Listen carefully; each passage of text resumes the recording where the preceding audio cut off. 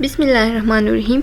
अस्सलाम वालेकुम dear students, हमने चैप्टर फर्स्ट जो कि एडल्ट हेल्थ नर्सिंग का चैप्टर था वो हमने स्टार्ट किया है। जो नॉर्मल डाइजेस्टिव सिस्टम था उसके बारे में पढ़ा। अब हम डिजीज़ के बारे में पढ़ेंगे जो कि गैस्ट्रोइंटेस्टाइनल ट्रैक में बहुत सारे डिजीज़ होते हैं जो कि हमारे कोर्स कंटेंट में मौजूद है। तो उसमें से एक डिज़ीज़ को हम आज डिस्कस करेंगे। उस डिज़ीज़ का नाम क्या है? स्टोमेटाइटिस। स्टोमेटाइटिस का मतलब क्या है? स्टोमेटाइटिस किस चीज़ को कहते हैं? स्टोमेटाइटिस क्या है? इसके साइन एंड सिम्टम क्या है? इसके लिए ये किस वजह से काज होती है? ये सब हम इस वीडियो में डिस्कस करेंगे। Learning objectives. इस चैप्टर के कौन से ऑब्जेक्टिव है? At the end the learner will be able to.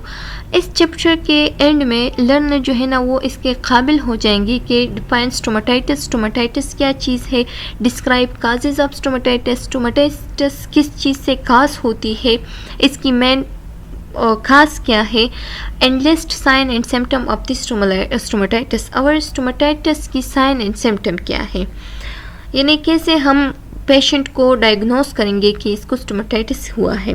तो ये सब हम डिस्कस करेंगे इस लेक्चर में, इस वीडियो में। और फिर जो दो लास्ट ऑब्जेक्टिव्स है यानी discuss type of stomatitis and discuss management of stomatitis, ये हम नेक्स्ट वीडियो में डिस्कस करेंगे। स्टोमेटाइटिस क्या है? स्टोमेटाइटिस जो है ना ये एक्चुअली एक स्टोम जो है ना ये एक होल को कहते हैं। मतलब इसका असल मतलब क्या है? इसका मतलब ये है कि जब माउथ में इन्फ्लेमेशन हो जाए तो उसको हम क्या कहते हैं? स्टोमेटाइटिस कहते हैं। माउथ में जब कोई होल बन जाए, माउथ में अगर सोर बन जाए, माउथ में अगर मतलब माउथ में कोई ऐसी जख्म बन जाए या कोई ऐसी रेडनेस हो जाए, बट वहाँ उस रेडनेस का फैन भी हो, वो फैन भी करता हो, वो स्वेल भी हो जाए और वो टेम्परेचर हॉट भी हो, तो उसको हम क्या कहते हैं? फिर उसको हम स्टोमेटाइटिस कह सकते हैं। जब माउथ में सिंपली ऐसा है कि जब माउथ में इन्फ्लेमेशन हो जाए तो उस कंडीशन को हम कहते हैं स्टोमेटाइटिस। इन्फ्लेमेशन क्या है? इन्फ्लेमेशन जो है ना ये हम reaction of the immune system को कहते हैं। इन्फ्लेमेशन के फिर 5 साइंस हैं। एक रेडनेस है, स्वेलिंग है, फैन है, टेम्परेचर है एंड फंक्शनलनेस है। वो एरिया जिसका फंक्शन की एबिलिटी ख़त्म हो जाए या उसकी फंक्शन की एबिलिटी वैसे न रहो जैसे वो पहला काम करता हो, तो उसको हम क्या कहते हैं? फिर उस जगह को हम कहते हैं कि इसमें इन्फ्लेमेशन हुआ है। Stomatitis is an inflammation of the mucous lining of the mouth. Stomatitis जो है ना ये एक ऐसा inflammation होता है soft tissue of the mouth में। जब इन्फ्लेमेशन हो जाए तो उसको हम क्या कहते हैं? उसको हम स्टोमेटाइटिस कह सकते हैं। विच में इन्वॉल्व द चिक्स, जिसमें चिक्स भी आते हैं, गम्स भी आ सकते हैं, टंग भी शामिल है, लिप्स में भी ये हो सकता है, रूफ और फ्लोर ऑफ द माउथ में भी ये हो सकता है। The word stomatitis literally mean inflammation of the mouth. Stomatitis word का जो मीनिंग है वो क्या है? उसका मतलब है inflammation of the mouth. Mouth में जब इन्फ्लेमेशन हो जाए तो उसको हम क्या कहते हैं? स्टोमेटाइटिस कहते हैं। और जब वो माउथ में इन्फ्लेमेशन हो जाए तो उसकी वजह से फिर क्या हो सकता है? ईटिंग में भी डिस्टर्बेंस हो सकती है, ईटिंग सही तरीके से हम कुछ खा भी नहीं सकते हैं, स्लीपिंग में भी डिस्टर्बेंस आ सकती है, टॉकिंग में भी डिस्टर्बेंस हो सकती है, टॉकिंग भी सही तरीके से नहीं कर सकते क्योंकि माउथ में इन्फ्लेमेशन होता है।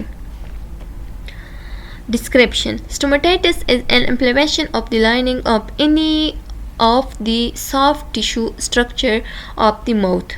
स्टोमेटाइटिस जो है ना ये इन्फ्लेमेशन ऑफ द माउथ होता है, यानी माउथ में जो टिश्यूज़ होते हैं सॉफ्ट टिश्यूज़, जब उसमें इन्फ्लेमेशन आ जाए तो उसको हम क्या कहते हैं? स्टोमेटाइटिस कह सकते हैं।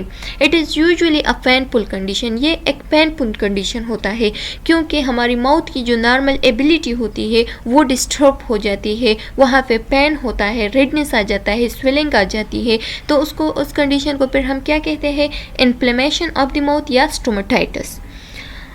एसोसिएटेड विद रेडनेस, इसमें रेडनेस हो सकती है, स्वेलिंग हो सकती है एंड बाज़ औक़ात तो ब्लीडिंग भी स्टार्ट हो सकती है उस अफेक्टेड एरिया से।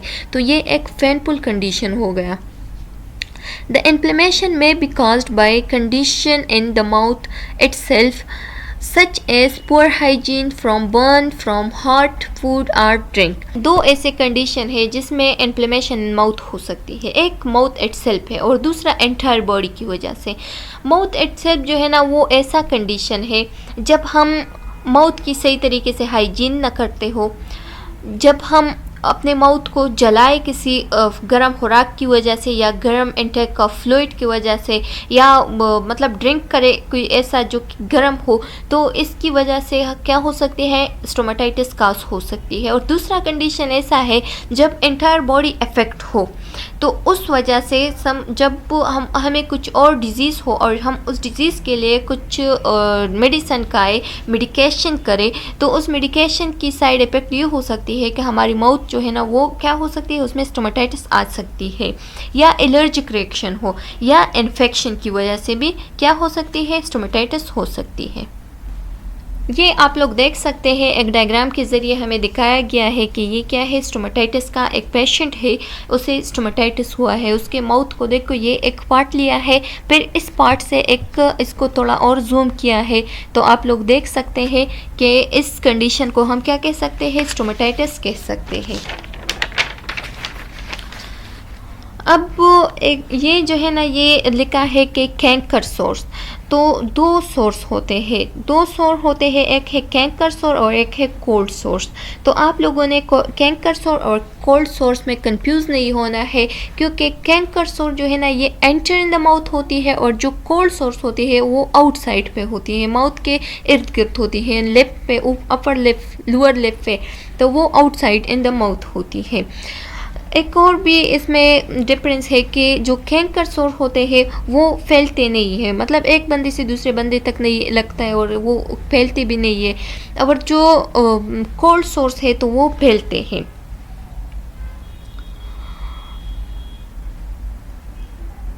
ये जो कैंकर सोर्स होते हैं ये एक शैलो रीजन होती है, स्मॉल सी जख्म हो जाती है, मतलब ये इतनी डीपली नहीं होती बल्कि शैलो जख्म होती है और फिर ठीक हो जाती है जल्दी।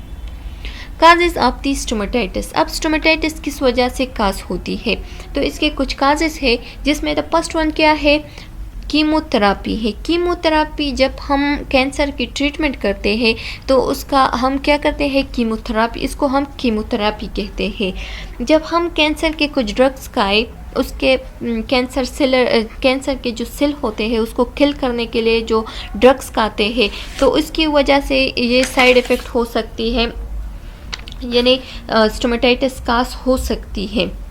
दूसरा है रेडियोथेरापी। रेडियोथेरापी जब हम कैंसर के सेल को किल करें या जो ट्यूमर होता है अंदर, तो उसको श्रिंक करने के लिए जो रेडियोथेरापी यूज़ होते हैं, या जो या जो क्या होते हैं, रेस होते हैं, वो यूज़ करते हैं, तो उस रेस की जो साइड इफ़ेक्ट होती है तो ये भी हो सकता है कि वो स्टोमेटाइटिस काज करें। Loose fitting dental prosthetic. Dental prosthetic किस चीज़ को कहते हैं? डेंटल प्रोस्थेटिक का मतलब ये है कि जब हम आर्टिफिशियल दांत लगाए, किसी बंदे का जो ओरिजिनल दांत है वो ख़राब हो जाए या निकल जाए, तो फिर क्या करते हैं, प्रोस्थेटिक दांत लगाते हैं, प्रोस्थेटिक टीथ लगाते हैं। तो उस प्रोस्थेटिक टीथ की वजह, जब उसकी जो फिटनेस होती है तो उसको मतलब सही तरीके से फिट न करे या उसको लूज फिटिंग करे, तो इसकी वजह से क्या हो सकती है, क्या काज हो सकती है, inflammation in the mouth cause हो सकती है। इसको भी हम इसकी वजह से भी स्टोमेटाइटिस काज हो सकती है। ट्रॉमा, जब किसी जगह पे माउथ में जब किसी जगह पे कट लग जाए तो उसकी वजह से भी स्टोमेटाइटिस काज हो सकती है। पुअर डेंटल हाइजीन, जब हम अपने माउथ को सही तरीके से उसकी सफाई नहीं करते हो तो उसकी वजह से भी क्या काज हो सकती है, स्टोमेटाइटिस काज हो सकती है। स्मोकिंग की वजह से भी काज हो सकती है। हेमेटोलॉजिक मेलिग्नेंसीज, हेमेटोलॉजिक मेलिग्नेंसीज एक ऐसा कंडीशन है, ये वो कंडीशन होता है जब ब्लड कैंसर हो, जब कैंसर जो है ना वो ब्लड में हो, तो उसको हम क्या कहते हैं, हेमेटोलॉजिक मेलिग्नेंसीज कहते हैं। और ये बहुत ख़तरनाक कंडीशन होता है, जो भी ख़तरनाक कंडीशन हो तो उसको हम क्या कहते हैं, मेलिग्नेंसी कहते हैं या मेलिग्नेंसीज कहते हैं। ये जो है ना इसमें stomatitis develop at 2 to 3 time the rate of the solid tumour.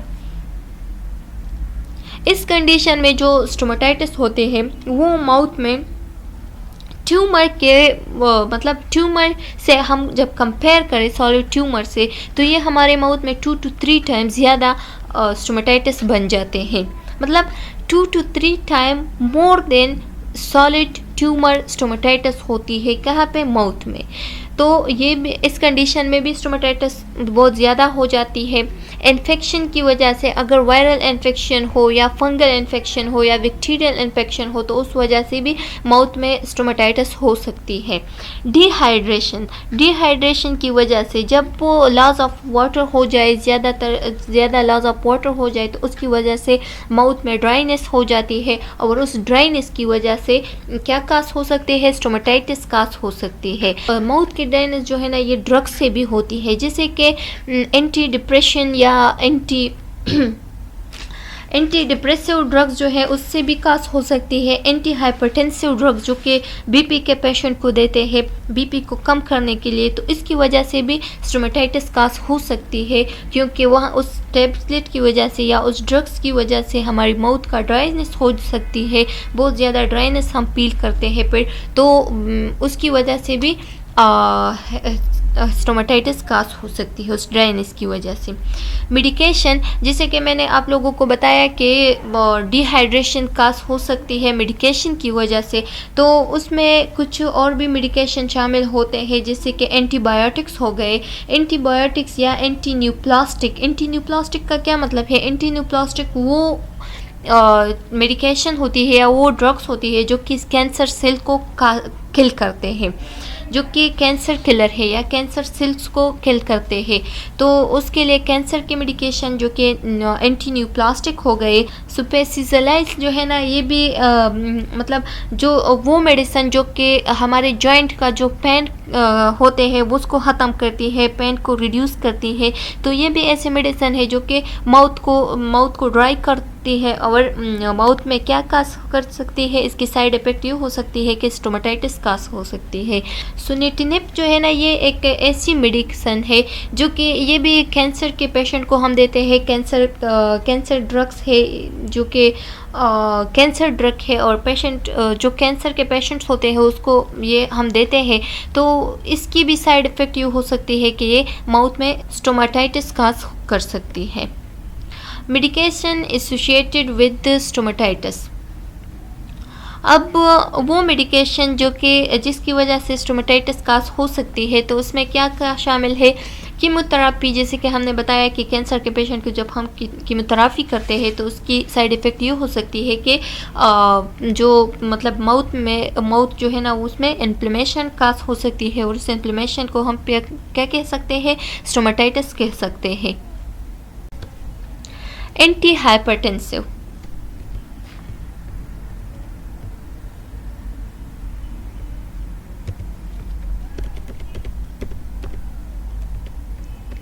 Anti hypertensive, जैसे कि हमने पिछले स्लाइड में बताया कि एंटी हाइपरटेंसिव ड्रग जो होते हैं जो कि हम बीपी के जो पेशेंट होते हैं उसको देते हैं, तो बीपी को डिक्रीज़ करने के लिए, तो इस वजह से भी फिर माउथ बहुत ड्राई हो जाती है, वो लोग बहुत ड्राइनेस फील करते हैं माउथ में, तो और डिहाइड्रेशन होती है इसकी वजह से, तो इसकी वजह से भी स्टोमाटाइटिस काज हो सकती है।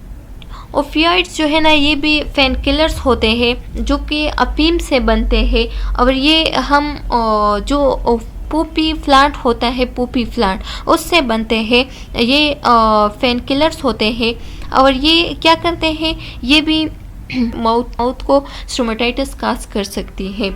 एंटीबायोटिक्स के आगे जो है ना इनडायरेक्ट लिखा है, तो एंटीबायोटिक्स के दो काम होते हैं, एक जो है ना एक डायरेक्ट और एक इनडायरेक्ट।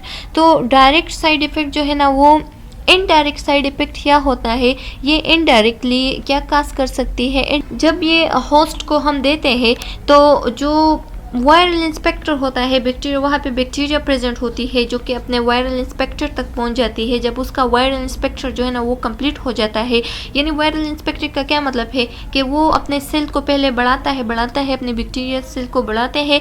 जब वो उसको पता चले कि मैं अब इन्फेक्शन काज कर सकता हूँ इस बॉडी में, या इस बॉडी में डिजीज़ काज कर सकता हूँ, तो फिर वो अपना काम शुरू करता है। तो जो वायरल इंस्पेक्टर है उसको ये जो एंटीबायोटिक्स है ये उसको इनडायरेक्टली क्या करते हैं, उसको उस पर इफ़ेक्ट करता है, उसको क्या करता है, उसको रिड्यूस करता है, उसको ख़त्म करता है उसकी वायरलेंस को। और जब उसकी वायरलेंस को ये ख़त्म करता है तो जो हमारी बॉडी में जो नॉर्मल फ्लोरा प्रेजेंट होती है तो उसको भी इसके साथ साथ ये इफ़ेक्ट करता है। इसका साइड इफ़ेक्ट ये है कि ये नॉर्मल फ्लोरा को भी इफ़ेक्ट करता है, और जब ये नॉर्मल फ्लोरा को इफ़ेक्ट करे तो नॉर्मल फ्लोरा नॉर्मल फ्लोरा क्या हो जाती है, डिस्टर्ब हो जाती है, और उसकी डिस्टर्बेंस की वजह से हमारी बॉडी में क्या हो जाती है, जो बेनिफिशियल फ्लोरास होते हैं तो वो डिस्टर्ब हो जाते हैं, और इस डिस्टर्बेंस की वजह से हमारी माउथ में स्टोमेटाइटिस काज हो सकती है, इन्फ्लेमेशन काज हो सकती है। Diuretic increase risk of dehydration and compromised state. Diuretic वो मेडिसिन्स होते हैं जो कि बीपी के पेशेंट्स होते हैं उसको ज़्यादातर हम देते हैं, क्योंकि ये क्या करती है, जो साल्ट होती है हमारी बॉडी में, यानी जो किडनी में साल्ट होती है, तो उसको क्या करती है, उसको रिड्यूस करने के लिए, उसको डिहाइड्रेट करने के, उसको एक्सक्रीट करने के लिए बॉडी से वो क्या करते हैं, ये डाययूरेटिक ऐसे मेडिसिन्स होते हैं जो कि हमारी बॉडी से साल्ट को निकालती है। तो ये हम ज़्यादातर बीपी जिसके बीपी हाई होती है तो उस पेशेंट को हम देते हैं। तो जब ये हम पेशेंट को देते हैं तो इसकी वजह से क्या होती है, डिहाइड्रेशन के ज़रिए से, यानी यूरिन के ज़रिए से, बहुत ज़्यादा यूरिन होने के ज़रिए से ये साल्ट को निकालती है बॉडी से, तो उसकी वजह से फिर क्या काज हो सकती है, डिहाइड्रेशन काज हो सकती है, और उस डिहाइड्रेशन की वजह से फिर स्टोमेटाइटिस काज हो सकती है। एंटीकोलिनर्जिक जो है ना ये वो मेडिसिन है जो कि एसिटाइलकोलिन को क्या करती है, रिड्यूस करती है, कम करती है। और एसिटाइलकोलिन जो है ना ये वो ट्रांसमीटर है, नर्व ट्रांसमीटर है, जो कि हमारे बॉडी का जो इनवॉलंटरी मूवमेंट होता है उसको क्या करता है, उसको कंट्रोल करता है। तो जब हमारी बॉडी का इनवॉलंटरी मसल्स को या इनवॉलंटरी मूवमेंट को ये क्या करता है, रिड्यूस करे, जो एसिटाइलकोलिन होते हैं उसको अगर ये रिड्यूस करे तो हमारी बॉडी की जो इनवॉलंटरी मसल होते हैं उसको भी रिड्यूस करेगा, उसकी मूवमेंट को रिड्यूस करेगा। और जब उसकी मूवमेंट को रिड्यूस करते हैं तो क्या होते हैं, ये इसकी वजह से भी हमारी बॉडी में फिर स्टोमेटाइटिस काज हो सकती है, हमारी माउथ में स्टोमेटाइटिस काज हो सकती है। और ये ज़्यादातर हम किस पेशेंट को देते हैं, ज़्यादातर हम COPD के जो पेशेंट होते हैं उसको हम देते हैं। अच्छा, फिर है एंटीहिस्टामिन एंड डीकंजेस्टेंट। एंटीहिस्टामिन वो मेडिसिन है जो कि हम जब देते हैं पेशेंट को तो ये हिस्टामिन का जो मतलब एक्शन होता है, रिएक्शन होता है, उसको ब्लॉक करते हैं। हिस्टामिन का एक्शन ब्लॉक करते हैं। और हिस्टामिन का वर्क क्या है, हिस्टामिन का वर्क है सलाइवा को क्या करना, सलाइवेशन करना। तो हिस्टामिन सलाइवेशन करते हैं, और जब वो इसको ब्लॉक करते हैं एंटीहिस्टामिन तो फिर क्या होता है, हमारी माउथ में ड्राइनेस फील होती है, डिहाइड्रेशन होती है हमारी माउथ में बहुत ज़्यादा ड्राइनेस हम फील करते हैं, और उस वजह से भी स्टोमेटाइटिस काज हो सकती है। या ये जो दूसरा लिखा है डीकंजेस्टेंट्स वो मेडिसिन होते हैं जो कि जब नज़ल कैविटी में, नज़ल कंजक्शन में जब कोई ब्लॉकेज हो तो उस ब्लॉकेज को ख़त्म करने के लिए क्या देते हैं, डीकंजेस्टेंट देते हैं। और इस डीकंजेस्टेंट की वजह से भी हमारी माउथ में बहुत ज़्यादा ड्राइनेस हम फील कर सकते हैं, तो इस वजह से भी स्टोमेटाइटिस काज हो सकती है। स्टेरॉइड वो मेडिसिन होते हैं जो कि हम पेन किलर्स के ज़रिए क्या करते हैं, पेन किलर को मतलब पेन को कम करने के लिए देते हैं, पेन को रिड्यूस करने के लिए देते हैं पेशेंट को। तो स्टेरॉइड आप लोगों ने सुना होगा कि स्टेरॉइड में क्या होते हैं, कार्टिकोस्टेरॉइड होते हैं। एक कॉर्टिकोस्टेरॉइड होते हैं जो कि कहाँ पे होते हैं, जो कि एड्रिनल ग्लैंड में प्रेजेंट होते हैं और ये रिजेंबल होते हैं किस चीज़ के लिए, हमारी जो बॉडी का अपना स्टेरॉइड लेवल होता है उसके साथ ये रिजेंबल होते हैं। तो जब हम पेशेंट को स्टेरॉइड देते हैं तो और फिर सडनली उसको क्या करते हैं, उस स्टेरॉइड को मतलब ख़त्म करते हैं और स्टेरॉइड को रोकते हैं कि बस अब आप लोगों ने ये स्टेरॉइड नहीं लेना है। मतलब पहले पेशेंट लेता था स्टेरॉइड को क्योंकि उसे ज़रूरत थी, उसके पेन को हम क्या करते थे, उससे पेन होता था तो उस पेन को कम करने के लिए, उस पेन को किल करने के लिए हमने क्या रिकमेंड किया कि स्टेरॉइड इंटेक करें, मतलब स्टेरॉइड ले लें। फिर जब हमने सडनली उसको ख़त्म किया, स्टेरॉइड को क्या किया हमने, सडनली उसका स्टेरॉइड कम किया, बंद किया। तो जब वो स्टेरॉइड को सडनली बंद करते हैं तो उस वजह से फिर क्या होता है, हमारा जो कॉर्टिकोस्टेरॉन होते हैं उसकी सही तरीके से सिक्रीशन नहीं होता एड्रेनल ग्लैंड से, और जब उसका सिक्रीशन सही तरीके से नहीं होता, इंटरनल स्टेरॉइड सही से पैदा नहीं होते, तो इस वजह से क्या होता है फिर हमारे जो मतलब बॉडी में स्टोमेटाइटिस, हमारी जो बॉडी का सारा फंक्शन होता है तो उसको क्या करता है, उसको रिड्यूस करता है या उसको डिस्टर्ब करता है और इसकी वजह से फिर ड्राइनेस भी फील होते हैं माउथ में और उस वजह से फिर क्या काज हो सकती है, स्टोमेटाइटिस काज हो सकती है। एंटी डिप्रेसेंट, जैसे कि मैंने आप लोगों को बताया कि एंटी डिप्रेसेंट जब हम खाए या एंटी हाइपरटेंसिव ड्रग जब हम खाए तो इसकी वजह से भी क्या काज हो सकती है, स्टोमेटाइटिस काज हो सकती है। साइन एंड सिम्टम्स, कुछ साइन एंड सिम्टम्स है जो कि हमें जाहिर करेगा कि क्या हम इसके ज़रिए से डायग्नोस कर सकते हैं कि पेशेंट को स्टोमेटाइटिस हुआ है। तो उसमें फर्स्ट वन क्या है, पेन और discomfort in the mouth, mouth में पेन होता है या माउथ जो है ना वो डिस्कम्फर्ट फील करती है।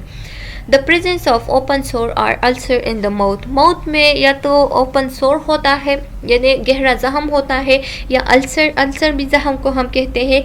माउथ में जब जख्म होता है या होल हुआ है माउथ में तो उसकी वजह से भी हमें पता चलता है कि ये साइन किस चीज़ का है, स्टोमेटाइटिस का है।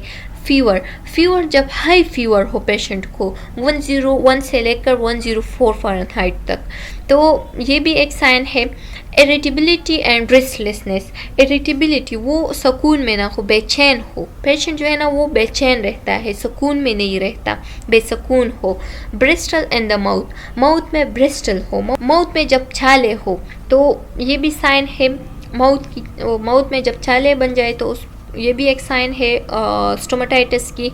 स्वालन गम्स जो मसूड़े होते हैं वो स्वालो हो जाए, वो जब स्वालो हो जाए तो ये भी क्या है, एक साइन है विच में भी इरिटेटेड एंड ब्लीड, जो कि फिर इरिटेबिलिटी को काज करती है। मतलब पेशेंट जो है ना वो इरिटेबल रहता है, बेसुकून रहता है, बेचैन रहता है या उससे ब्लीडिंग भी हो सकती है।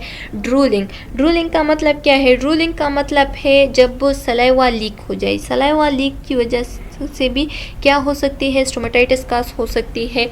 और डिस्पेजिया जो है ना, जब कोई एंटेक ऑफ फूड नहीं कर सकता सही तरीके से, खुराक को सही तरीके से स्वालो नहीं करता, खुराक को सही तरीके से जब चबाता नहीं है, तो ये भी क्या है, एक साइन है स्टोमेटाइटिस का। और द लास्ट वन क्या है, फॉल स्मेलिंग ब्रीथ, जब वो पेशेंट जिसको स्टोमेटाइटिस हुआ है जब वो ब्रीथ लेता है तो उसके माउथ से एक अनप्लेजेंट स्मेल आता है, तो ये भी क्या है, साइन एंड सिम्टम है। ये सब साइन एंड सिम्टम है स्टोमेटाइटिस का, जिससे हम डायग्नोस कर सकते हैं पेशेंट को कि उसे कौन सी बीमारी है, कौन सी मतलब उसे क्या हुआ है।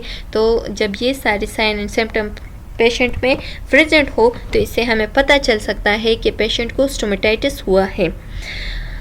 चलो जी, उम्मीद है कि आप लोगों को ये लेक्चर समझ में आ गया होगा। सब्सक्राइब करें, कमेंट करें और नेक्स्ट वीडियो में हम इसका जो लास्ट 2 ऑब्जेक्टिव्स है उसको हम कंटिन्यू करेंगे। नेक्स्ट वीडियो में मिलते हैं, तब तक अल्लाह हाफ़िज़।